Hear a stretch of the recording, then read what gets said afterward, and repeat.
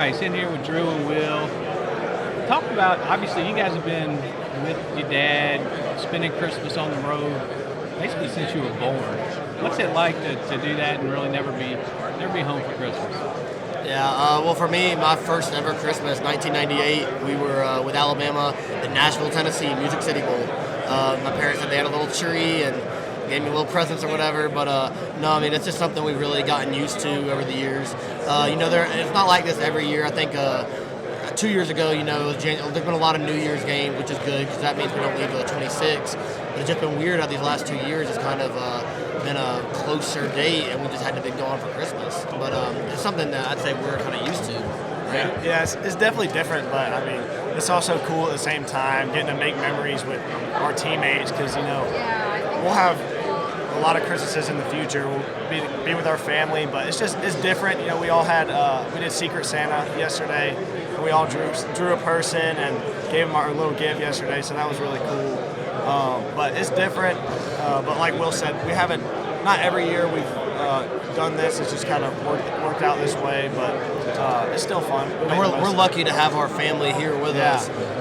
Christmas Eve, we still had a bunch of us go to our parents' house, or I'd say it kind of is like a house, the hotel we're staying at. It's like a villa. It's pretty cool. But we went there, we played Dirty Santa the night before Christmas Eve, and so we make it fun wherever we're at. All right, the fans are amazed, kind of take it for granted a little bit now where the program is. Yeah. You guys were with Dad and the family during the times when they weren't like this. Yeah. Does this surprise you guys, just going to the playoff every year and just all the great things you're able to do?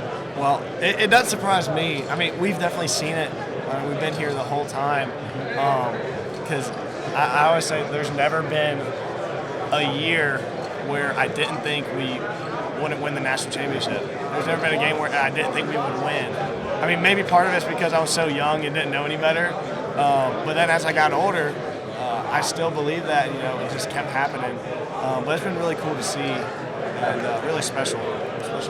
Yeah, I would say as a kid, so I definitely every year I was like him. I was like, we're going to win the national championship this year. Very optimistic.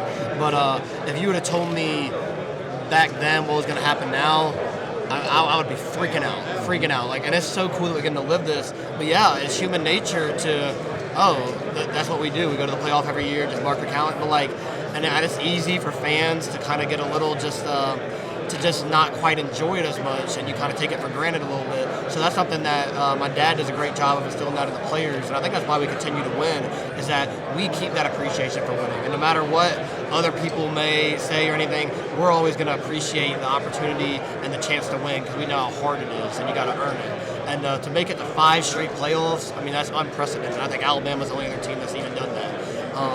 And then there's a reason for that too.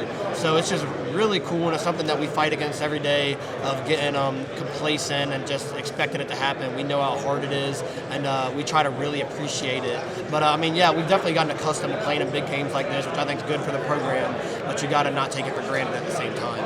All right, you see your dad chewing players, and as you're growing up and all. Yeah. You got to experience a little bit of that this year. Yeah. What was that like?